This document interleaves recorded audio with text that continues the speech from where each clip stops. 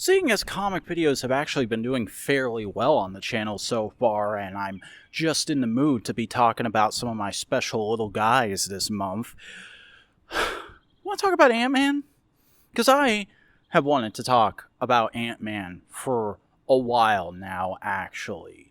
Because there's sort of a stick in my craw about this character and the way a lot of people perceive the entire Ant-Man family of characters, Marvel's size-changing family, as I like to refer to them, because at least when it comes to the MCU, it feels like people expect way too much from Ant-Man. And what I mean by that is every time an Ant-Man movie comes out, people tend to react to it like, well, that was alright, but it wasn't anything special. It just felt like a superhero movie. It just felt like another one of these. It didn't feel like it was the biggest, most specialist MCU thing ever, no matter how much they try to make it that way with each increasing one. That's always the reaction people have. And I always just want to say, like, what did you expect? Because speaking as somebody who is a Ant-Man fan, and has read a ton of Ant-Man comics, Ant-Man's not the biggest, most special thing ever, and it's kind of good that him and his aren't, and that they never feel that way, because you gotta remember, back in the day, a lot of the Marvel characters started off as simple concepts. What if a guy who was being bullied suddenly had the powers to be the most amazing person in the world and be beloved by everybody, but couldn't? What if a guy with issues got exposed to something that brought those issues to the forefront and made him an enemy of everyone? What if people were born with superpowers and had no choice in it? What if a bunch of scientists decided to fuck around and find out? And over the years, of course, those concepts got developed and grew and changed into bigger, more grandiose versions of the characters. But Ant-Man, Wasp, Giant Man, Goliath, Yellowjacket, they all never really got there. Because, I don't know, people just didn't engage with them the same way they did the others. And they always kind of stayed supporting characters, members of teams, or backup features. There was very rarely a solo Ant-Man or Wasp title. That's really only been a thing in like the last few decades. But I also kind of like that because that's what makes a universe work. Not everybody can be the biggest, most important hero ever. It's like that old wrestling adage. Not everybody can be the champion. Not everybody can be at the top of the card in the main event. Sometimes you have to have somebody who is a lifelong mid-carder or undercarder to make the whole card, the whole universe of characters, feel more stable and consistent. And that's where I feel Ant-Man has always lied, and that's a big part of why those movies have never been the biggest thing ever. You know, even post Quantumania, I still feel it is that way, because that movie at its core was still very much about Scott's relationship with his daughter. Yes, it set up Kang as the big new bad through-line villain of the whole MCU, but it didn't end on like a big massive cliffhanger. It just ended on like, oh yeah, that's probably going to be a problem later. Oh well. And that's kind of how Ant-Man stories always are, because Hank's a mess of a man who keeps fucking up and creating bigger and bigger problems for the whole universe. And Scott is a more well-meaning mess of a man. I mean, honestly, let's just look at the facts here. Why did they even go with Kang as the villain of the third movie, aside from trying to make people pay more attention to the movies?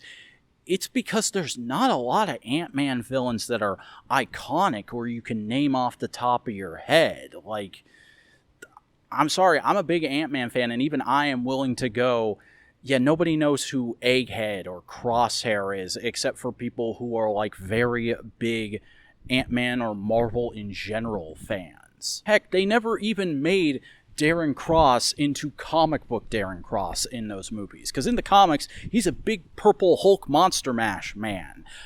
But in the movies, they instead decided to make him Yellow Jacket and then later MODOK, two identities that fit the more generic, more goofy villain movie version of him surprisingly well.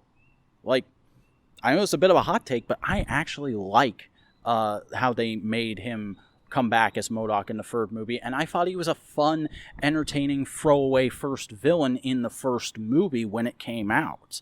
I never really had a problem with just having a guy who is there to have someone for the hero to fight, and that probably just comes from the fact that I'm a tokusatsu fan, and all those shows, well, most of those shows are predicated on the Monster of the Week format. And that's not me going against my pre-established belief on the channel that you would know about if you like, comment, subscribe, ring the bell, and checked out all of my videos, and maybe even supported me on Patreon. There, I got all the plugs in. That all characters, all art, all fiction inherently has some meaning to it. Because I do think there is meaning in just being a slice of life part of the universe. I think there is real meaning that most of the Marvel size-changing characters fit into that niche. You know, you have Hank Pym being this proverbial fuck-up who is trying to be better all the time. You have Janet Van Dyne being this supportive friend, wife, mother, mentor to all kinds of heroes. You have Scott being this guy who's just trying to do right by his daughter and make a better life for them.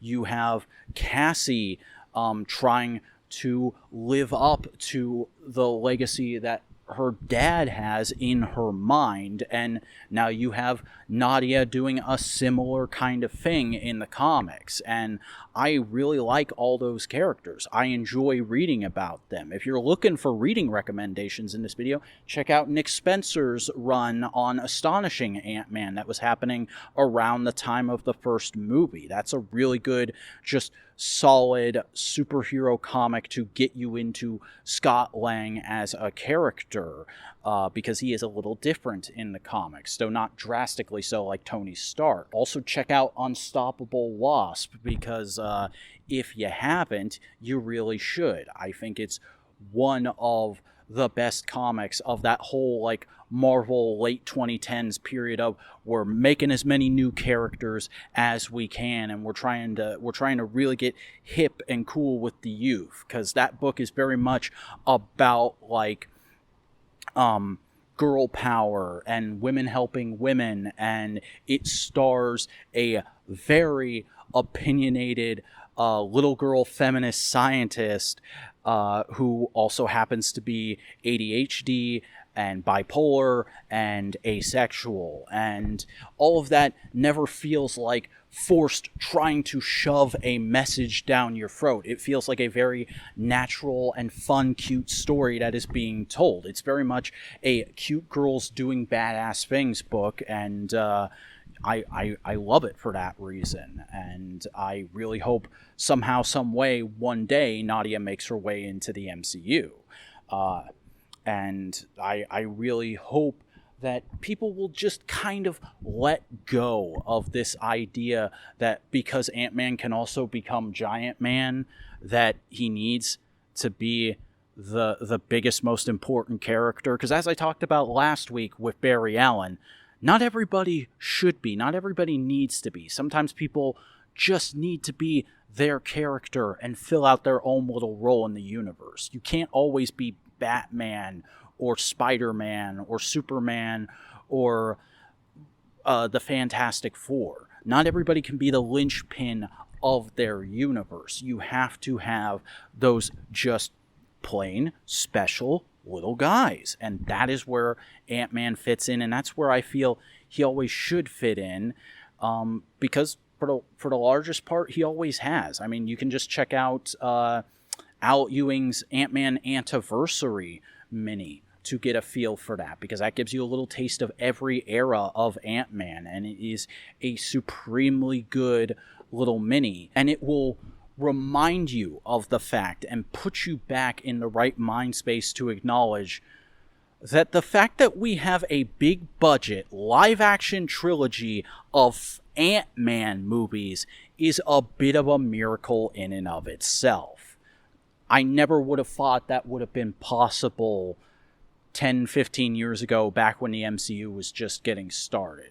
Heck, even back when we were coming off the first Avengers and they had just announced that they were doing an Ant-Man movie, I was like, what? Really? I don't think so. But here we are, and I think it's pretty nice. Maybe you should just go rewatch those movies and not have such high expectations and just have a nice little time. Just treat them as like a nice casual Sunday afternoon watch, and then pick up some nice casual Sunday afternoon reading, and realize that it's already 8 a.m. on Tuesday and you got to get ready for work. I'm the Vacuuminator, reminding you that you never fail until you stop trying. And that's why I'm never going to stop trying to get everybody to understand my special little guys in the same way I do. Until next time.